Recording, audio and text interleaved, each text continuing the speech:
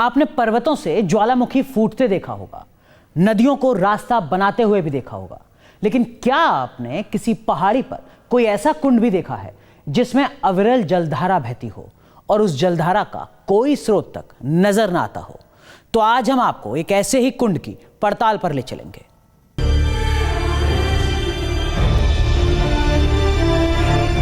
हिंदुस्तान का भूगोल कहता है कि हिमालय पर 13,200 फीट ऊपर गौमुख ग्लेशियर से होकर एक तीव्र जलधारा निकलती है, जिस स्रोत को गंगोत्री कहते हैं, और गंगोत्री से निकली उस जलधारा को कहते हैं भागीरथी।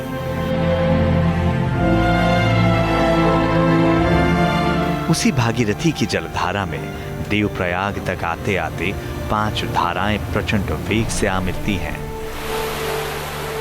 जिन्हें आस्था का महामिलन यानी पंचप्रयाग के नाम से जाना जाता है। नदियों का ये मिलन शुरू होता है विष्णु प्रयाग से, जहां अलकनंदा को अपनी तीव्र धारा समर्पित कर देती है धौली गंगा। इस मिलन को नंद प्रयाग में नंदाकिनी आगे बढ़ाती है और इन तीनों नदियों को कर्ण प्रयाग में वेग मिलता है पिंडर नदी का। लेकिन अटल पर्वतों के बीच हुंकार करती आ रही इन जलधाराओं का ये महामिलन जारी रहता है। उत्तराखंड के रुद्रप्रयाग में चारों नदियों से मिलन होता है मंदाकिनी नदी का, और ये पांचों नदियां देवप्रयाग तक आते आते भागीरथी से मिलकर अपना अस्तित्व खो देती हैं, और फिर पांचों नदियां गंगा बनकर आगे बढ़ जाती हैं। पतित पावनी गंगा इसके बाद भी 2500 किलोमीटर तक धरती को सींचती है और पाप मिटाती आगे बढ़ती है, और आखिर में सागर में समा जाती है। लेकिन क्या इस धरती पर गौमुख की ही तरह एक और गौमुख भी मिलता है? इस धरती पर गंगा की ही तरह गंगा की एक और जलधारा भी बहती है क्या? अगर नहीं, तो हिंदुस्तान की थार में एक अविरल धारा कहां से निकलती है? सदियों से वो धारा सूखी क्यों नहीं? आखिर उसने एक कुंड के पानी को कभी कम क्यों नहीं होने दिया? इन्हीं सवालों की पड़ताल के लिए न्यूज नेशन की टीम ने रुख किया सैलानियों के सबसे पसंदीदा शहर जयपुर का, जहां से 10 किलोमीटर दूर गलता जी मंदिर में ताजा पानी के 7 कुंड मिलते हैं। राजस्थान में पानी का क्या महत्व है ये हम सभी जानते हैं, मगर जयपुर में एक राज छुपा है पानी के कुंड में। कहा जाता है गलता मंदिर में एक ऐसा कुंड है जिसका पानी कभी नहीं सूखता। आज हम आपको इसी राज की पड़ताल पर ले चलेंगे। एक राज की पड़ताल के लिए हमने जिस शहर में कदम रखा वो राजपूतों और रजवाड़ों की धरती है, जिस धरती पर आज भी अतीत और इतिहास का वैभव दमकता है, सदियों पुरानी सभ्यता झलकती है। उसी जयपुर शहर से 10 किलोमीटर आगे चलने पर एक महलनुमा मंदिर मिलता है, जिस मंदिर को गलता जी मंदिर कहा जाता है, और माना जाता है कि यहीं पर तप करते रहे तपस्वियों ने राजा पृथ्वीराज को ऐसा विग्रह सौंपा जो उन्हें दिल्ली की गद्दी तक ले आया। आमेर के तत्कालीन राजा महाराज पृथ्वीराज, उनको एक नरसिंह जी का विग्रह और एक श्री सीताराम जी का विग्रह, दोनों वहां उनको प्रदान किए, और ये कहा कि जब तक नरसिंह जी मंदिर में रहेंगे तब तक तुम्हारा राज्य कायम रहेगा, और दूसरा ये सीताराम जी को जब तक तुम आगे लेके चलते रहोगे तुम्हारी हमेशा विजय होगी। तो जयपुर में ये प्रचलित भी रहा है, जब तक नरसिंह दिल्ली में तब तक राज हथेली में। कहते हैं कि जिन तपस्वियों ने राजपूतों और राणाओं को दिल्ली की गद्दी तक पहुंचने की ताकत दी, उन्होंने ही अपनी भक्ति की ताकत से गंगा को भी विवश किया, शिवालिक पर्वतों से अरावली पर्वत तक सफर करने को मजबूर कर दिया। कहते हैं कि अरावली पर्वत पर बने इस गलता जी मंदिर में एक गाय के मुख्य आकार के एक चट्टान से गंगा जी की एक अनजान धारा निकलती है, और उस धारा का स्रोत दिखे ना दिखे, लेकिन उस जलधारा ने इस कुंड को कभी नहीं सूखने दिया। फिलहाल हम मौजूद हैं भारत के प्रमुख तीर्थ स्थल गलता जी में। अरावली पहाड़ियों के मध्य बसा ये भव्य ऐतिहासिक गलता मंदिर, जिसकी आस्था पूरे उत्तर भारत में ही नहीं बल्कि दक्षिण भारत में भी है। कहा जाता है ये गलता तीर्थ उत्तर भारत और दक्षिण भारत के धार्मिक आस्थाओं का केंद्र बिंदु रहा है। दरअसल यहाँ पर कृष्णदास जी ने घोर तपस्या की, जिनको पयोहारी महाराज के नाम से भी जाना जाता है। दरअसल उन्होंने पूरे जीवन भर दूध का ही सेवन किया, इसलिए उनको पयोहारी महाराज कहा जाता है। जब उनकी भक्ति, आस्था और तप की चर्चा चारों ओर फैली तो उस वक्त तत्कालीन महाराज पृथ्वी सिंह, ये समय लगभग 1503 का बताया जाता है, उस समय उनकी भक्ति और आस्था की चर्चा को सुनकर जब यहाँ आए तो उन्होंने यहाँ पर एक निर्माण कार्य करने की इच्छा जताई और उसके बाद उन्होंने यहाँ सबसे पहले निर्माण कार्य शुरू किया। इसके बाद धीरे धीरे ये आस्था का केंद्र पूरे उत्तर भारत में नहीं बल्कि दक्षिण भारत में भी चर्चा का विषय बनता गया। जयपुर का ये गलता जी मंदिर विग्रह से जुड़ी आस्था के साथ साथ 7 कुंडों के लिए भी जाना जाता है, क्योंकि इस मंदिर के 7 कुंड की पहेली आज भी हर किसी को हैरान करती है। जयपुर का पर्यटन विभाग तक दावा करता है कि इस मंदिर के 7 कुंड में गलता कुंड सबसे पवित्र माना गया है और माना जाता है कि इस कुंड का पानी कभी सूखता नहीं है, जो अरावली पर्वत और थार के व्यवहार के विपरीत लगता है। फिलहाल हम मौजूद हैं गलता मंदिर के यज्ञ वेदी कुंड पर। ये जो कुंड आप सामने देख रहे हो, ये जलराशि कहाँ से आती है इसका आज तक कोई पता नहीं है। हालांकि बात अगर इसकी जाने ही करें तो जलराशि नीचे जो बाकी कुंड बने हुए हैं वहाँ उन कुंडों तक ये पानी पहुँचता है, लेकिन आज तक इस जलराशि को लेकर ये रहस्य बरकरार है कि आखिर ये पानी आता है तो आता कहाँ से है। तो क्या वाकई अरावली पर्वत पर भी गौ माता के मुख की आकृति जैसे ही चट्टान से कोई जलधारा निकलती है? और क्या वाकई जब पूरा रेगिस्तान बूंद बूंद पानी को तरस जाता है, सूखे से त्राहिमाम मच जाता है, तब भी गलता कुंड पानी से लबालब रहता है? और क्या वाकई ये गौमुख से निकली गंगा की ही कार्बन कॉपी है जो शिवालिक की जगह अरावली से बहती है? आखिर इस मान्यता का जन्म कहां से हुआ? आखिर ये आस्था उपजी कहां से होगी, पनपी कहां से होगी? दावा किया जाता है कि गंगा की एक कार्बन कॉपी जयपुर में भी मौजूद है, लेकिन हमारे सामने सवाल था कि अगर ये तीर्थ की आस्था है तो फिर इस आस्था की कहानी क्या है? आखिर एक नदी की कार्बन कॉपी की कल्पना किसने की होगी? आखिर गंगा की धरती पर दोबारा अवतार की कथा कही किसने होगी? आखिर गलता जी में धाम कब बना होगा, क्यों बना होगा, और इस धाम में आस्था क्यों बढ़ी होगी? इन्हीं सवालों को जवाब देती एक कहानी इस महलनुमा मंदिर के दरो दीवारों पर मिलती है, हर किसी की जुबान पर मिलती है। देखिए, सतयुग में एक ऋषि हुए गालव, और उन गालव ऋषि ने यहाँ भगवान विष्णु को प्रसन्न करने के लिए 60,000 वर्ष तक तपस्या की थी। ये पौराणिक कथा है और वो बड़ी उसको सुनने में लोगों को बड़ी रोमांचक भी अनुभव होती है कि अध्यात्म के क्षेत्र में किस प्रकार से लोगों ने रुचियां रखी और किस प्रकार से काम किए। गलता तीर्थ से जुड़ी कहानी कहती है कि आज से काफी पहले गालव ऋषि ने यहाँ 60,000 साल तक कठिन तप किया था और इसकी वजह थी गुरु दक्षिणा की शर्त। गालव ऋषि के गुरु थे विश्वामित्र। उन्होंने ब्रह्मपौत्र ने गुरु दक्षिणा मांगने को कह दिया। विश्वामित्र एक ब्राह्मण से दीक्षा नहीं लेना चाहते थे, लेकिन जब ऋषि ना माने तो गुरु ने 800 श्याम कर्ण घोड़े मांग लिए, यानी ऐसे घोड़े जिनका दाहिना कान काला हो और बाकी शरीर चंद्रमा की तरह साफ और सफेद। ऐसे ही दुर्लभ घोड़ों को हासिल करने के लिए ऋषि ने 60,000 साल तक तप किया, गरुड़ देवता को प्रसन्न किया, एक अप्सरा माधवी से संपर्क किया और 3 राजाओं से श्याम करणी घोड़े हासिल किए, दीक्षा पूरी की। कहते हैं कि इसी के बाद से तीर्थ का नाम गलता तीर्थ पड़ा और ये भूमि देवों की भूमि कहलाई। गलता जी मंदिर का ये है सीताराम मंदिर, मुख्य भाग ये माना जाता है। और आप जो सामने देख रहे हैं ये रघुनाथ जी का मंदिर है और इसमें जो 3 प्रतिमाएं भगवान श्री राम, लक्ष्मण और सीता जी की हैं, यहाँ वैष्णव दर्शन का साक्षात्कार आपको मिल सकता है। भगवान श्री राम का जो प्रतिमा बनी हुई है वो पत्थर की बनी हुई है, सीता की जो प्रतिमा वो मेटल की बनी हुई है और लक्ष्मण की मूर्ति वो लकड़ी की बनी हुई है। ये कहीं ना कहीं जो वैष्णव दर्शन है उसको साक्षात्कार कराता। कहानी कहती है कि 60,000 साल तक तप के दौरान गालव ऋषि रोज सुबह अपने बल से गंगा नहाने जाते रहे।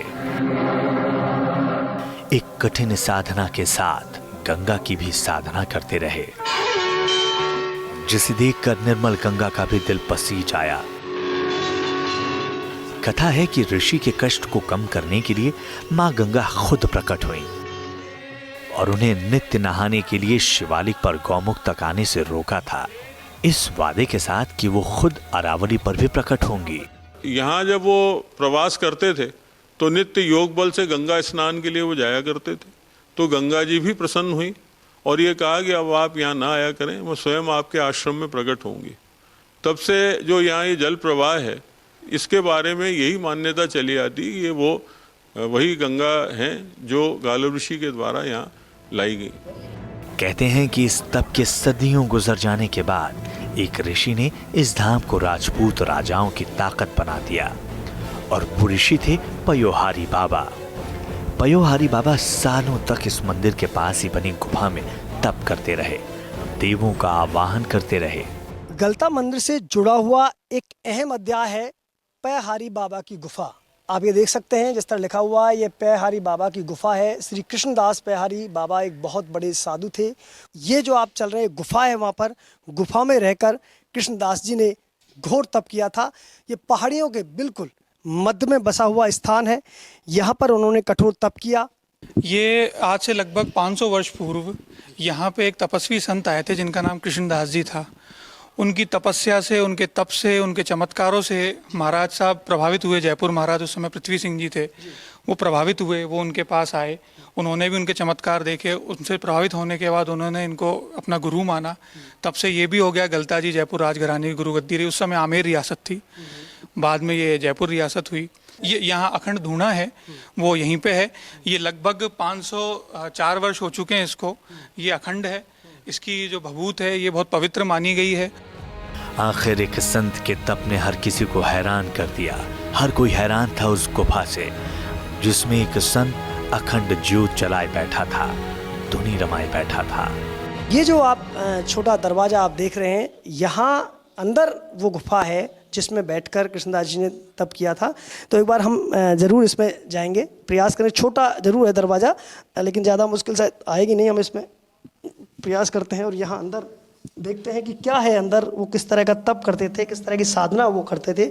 मैं फ़िलहाल उस गुफा में पहुँच गया हूँ जहाँ पर कृष्णदास जी ने तप किया था, कठोर तप किया था। और ये वैष्णव संप्रदाय के माने जाते हैं। उनकी पादुकाएं यहाँ रखी हुई हैं और जिस तरह वो तमाम जो पूजा सामग्री है वो भी साथ में रखी हुई। यहीं बैठकर उन्होंने कठोर तप किया था, साधना की थी। मंदिर से जुड़े लोग कहते हैं कि उसी संत के तप की कथा तब के राजपूत राजा पृथ्वी सिंह तक पहुंची। एक राजा ने एक फकीर का चमत्कार देखा और फिर ये तीर्थ राजशाही की छत्र छाया में गुलजार हो उठा। आमेर के तत्कालीन राजा महाराज पृथ्वीराज, उनको एक नरसिंह जी का विग्रह और एक श्री सीताराम जी का विग्रह, दोनों वहाँ उनको प्रदान किए और ये कहा कि जब तक नरसिंह जी मंदिर में रहेंगे तब तक तुम्हारा राज्य कायम रहेगा, और दूसरा ये सीताराम जी को जब तक तुम आगे लेके चलते रहोगे तुम्हारी हमेशा विजय होगी। तो जयपुर में ये प्रचलित भी रहा है, जब तक नरसिंह दिल्ली में तब तक राज हथेली। आखिर राजाओं के साथ साथ प्रजा की भी गलता जी में आस्था बढ़ती चली गई। जो आस्था आज तक अरावली के इन पर्वतों पर दिखती है। हर कोई उस कुंड की पहेली को समझना और परखना चाहता है, जो कुंड कभी सूखता नहीं, जिस कुंड की धारा कभी नजर नहीं आती, लेकिन सैलानियों की इस पसंदीदा इलाके में जब लोगों की नजर बंदरों के मंदिर और बंदरों की अटखेलियों पर पड़ी तो ये धाम पूरी दुनिया की नजरों में चढ़ गया। किसी ने इसे बंदरों का लोनली प्लैनेट कहा, तो किसी ने मंकी गॉड यानी भगवान हनुमान का निवास। और लोग यहाँ पर गलता कुंड के साथ साथ बंदरों का याराना भी देखने आने लगे। मंदिर के महंत के मुताबिक गलता जी का कुंड एक बार सूखा है, साल 2001 में, जब देश भर में विनाशकारी भूकंप आया था। अब आगे बढ़ते हैं और आपको ले चलते हैं गलता जी के एक और मंदिर में, जिसे मंकी टेम्पल कहते हैं और जो सैलानियों का पसंदीदा सैरगाह भी है।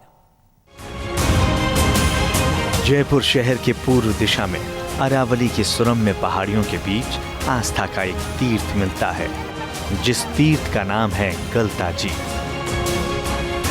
सिसोदिया रानी के बाग से खानिया बालाजी होते हुए जिस धाम पहुंचा जाता है, वहां पर एक भव्य मंदिर मिलता है। एक ऐसा मंदिर जिसकी दमक जयपुर की कई हवेलियों को भी फीकी करती है। कहते हैं कि गालव ऋषि के तप से पावन हुई इस धरती पर जाने कितने ऋषियों के कदम पड़े, तो राजपूत राजाओं और राज परिवारों के भी कदम पड़े। आज की तारीख में उस तीर्थ पर भक्तों का रेला उमड़ता है। 12 महीने लबालब भरे रहने वाले कुंड में हर भक्त नहाता है, क्योंकि इस पानी को गंगा की तरह पवित्र माना गया है और माना गया है कि इस पवित्र कुंड में नहाने से जन्म जन्मांतर के पाप धुल जाते हैं। और इसके बाद गलता जी मंदिर में दर्शन कर सैलानी जिस मंदिर की ओर उमड़ते हैं, उसे मंकी टेम्पल कहा जाता है। भगवान हनुमान को समर्पित इस मंदिर के परिसर में बंदर ही बंदर नजर आते हैं। और ये बंदर न सिर्फ यहाँ मजे से रहते हैं, बल्कि यहाँ के टूरिज्म को भी बढ़ाते हैं। यहाँ अनेक एनिमल्स वगैरह हैं जंगल में, बाकी सबसे मोस्ट इम्पोर्टेंट यहाँ के लिए बंदरों के लिए है। यहाँ काफ़ी तादाद में बंदर हैं, इनको टाइमली इनको भोजन प्रसादी होती है और ये समूह में रहते हैं। मेरा काफ़ी समय मैंने यहाँ व्यतीत किया है, इसलिए मेरे से घुले हुए मिले हैं और आराम से मेरे साथ में एंजॉय करते हैं। This is a fantastic experience. I didn't think I'd ever say it. So close to monkeys. I mean, I live in London and this is so far away. ये वो मंदिर है जहाँ तरह तरह के लंगूर और बंदर मिलने का दावा किया जाता है। दावा किया जाता है कि यहाँ बंदरों की ऐसी प्रजातियां भी मौजूद हैं जिन्हें लोगों ने देखा तक नहीं होगा। लेकिन जिस तरह गलता कुंड का पानी यहाँ के लिए एक राज है, उसी तरह राज है यहाँ के बंदरों का व्यवहार। आमतौर पर किसी ने भी इतने संतुष्ट और यारी दिखाने वाले बंदर ना देखे होंगे। गलता मंदिर पर आकर जो सबसे खास चीज़ आपको अपनी ओर आकर्षित करेगी, वो यहाँ पर मिलने वाले बहुत सारे मंकीज हैं। आप देख सकते हैं यहाँ पर आने वाले पर्यटकों का ध्यान खींचते हैं। इनके पीछे भी एक बड़ी कहानी बताई जा रही है। आप देख सकते हैं जब मैं आपको ये सारी चीज़ें बता रहा हूँ तो किस तरह ये फ्रेंडली मंकी मेरे ऊपर आ गए हैं। हटाने के बावजूद भी ये नहीं हटेंगे, क्योंकि जिस तरह इनका व्यवहार है ये बड़े फ्रेंडली होते हैं। आप देख सकते हैं किस तरह यहाँ चारों तरफ आपको ये पूरे मंकी नज़र आएंगे और इनकी अटखेलियाँ आपको नज़र आएंगी। यही नहीं, जो तमाम पर्यटक यहाँ आते हैं वो भी अपने आप को रोक नहीं पाते और इनसे अटखेलियाँ करते हैं। मंकी की हरकतों को देखकर लोगों ने इसको मंकी टेम्पल के नाम से पुकारना शुरू कर दिया। कई लोग उनको मंकी पैलेस के नाम से इस स्थान को जानने लगे। दरअसल यहाँ और कई लोग यहाँ इसको मंकी गांव भी कहते हैं, मंकी विलेज भी इसको कहते हैं, क्योंकि यहाँ जिस तरह लगातार जो मंकी की संख्या बढ़ रही है, बंदरों की जो संख्या में लगातार इजाफा हो रहा है, वो कहीं ना कहीं इन नामों से पुकारने के लिए लोगों को बाध्य करता है। वैसे आज की तारीख में जो टेम्पल मंकी टेम्पल बन चुका है और बंदरों लंगूरों का बसेरा भी बन चुका है, उस मंदिर के भी मंदिर बनने की एक दिलचस्प कहानी है। कहते हैं कि 1981 से पहले यहाँ पर इक्का दुक्का बंदर ही हुआ करते थे, लेकिन एक बार पानी की कमी हुई तो बंदरों ने गलता देवी मंदिर का रुख किया। गलता देवी मंदिर में बंदरों की तादाद बढ़ी तो भक्त उन्हें खाना खिलाने लगे। यहीं से इस मंदिर में बंदरों और लंगूरों का कुनबा बढ़ना शुरू हुआ। एक मंदिर के मंकी टेम्पल बनने का सिलसिला शुरू हुआ। बंदरों को 12 महीने तक मीठा पानी मिलने लगा और बिना कुछ किए भक्तों का दिया हुआ खाना भी मिलने लगा। इस बीच विदेशी सैलानियों को खींचने के लिए गाइड्स ने इसे मंकी टेम्पल का नाम दे दिया और बंदरों के साथ लोग फोटो खिंचाने लगे। आखिर ये होड़ इतनी बढ़ी कि जानवरों पर डॉक्यूमेंट्री दिखाने वाले एक चैनल ने लोनली प्लैनेट नाम से बंदरों पर एपिसोड दिखाने शुरू कर दिए और यहीं से विदेशी सैलानियों का क्रेज मंदिर की ओर बढ़ता गया। लेकिन मंदिर प्रशासन के मुताबिक गलता जी का ये हिस्सा गलता मंदिर का ही एक हिस्सा है, जिसे पर्यटन बढ़ाने के लिए मंकी टेम्पल का नाम दे दिया गया। अंग्रेजों की एक गाइड बुक है जिसका नाम लोनली प्लेनेट है। उससे संबंधित कोई वहां आकर के उसने किसी स्थानीय गाइड से उसने पूछा कि ये मंदिर क्या है, तो उसने कहा कि जो है ये हनुमान टेम्पल है। तो उन्होंने कहा कि हनुमान क्या होता है, तो उसने कह दिया मंकी गॉड होता है। और उसने कहा कि फिर मंकी गॉड मतलब बोले मंकी टेम्पल है। तो उसने ज़्यादा वो चूंकि समझता नहीं था। आजकल यहाँ क्या है कि गाइड बनने का एक बहुत शौक सा लोगों में है और वो गलत सूचनाएं लोगों को दे देते हैं बिना ये सोचे समझे कि इसका प्रभाव क्या होगा। तो अंततः उसने उसको मंकी टेम्पल नाम से उसको उल्लिखित किया और इसको मंकी वैली के नाम से प्रचलित कर दिया। आस्था का ये मंदिर सदियों से भक्तों को अपनी ओर खींच रहा है, संत और सन्यासियों को अपनी ओर खींच रहा है और इस तीर्थ में किसी के लिए हैरानी के सबब बनते हैं ये बंदर, तो किसी के लिए पहेली की तरह होते हैं 7 कुंड भी, जिनका जल अजर अमर लगता है। लेकिन कोई ये नहीं जानता कि ये जल स्रोत कहां से आया होगा और इसे गंगा का नाम क्यों दिया गया होगा। गंगा को शिवालिक से अरावली तक लाने की कहानियां आई कहां से होंगी। लेकिन एक सच जरूर है कि गलता जी के 7 कुंड धार में हर किसी के चेहरे पर हरियाली लाते हैं, चमक लाते हैं।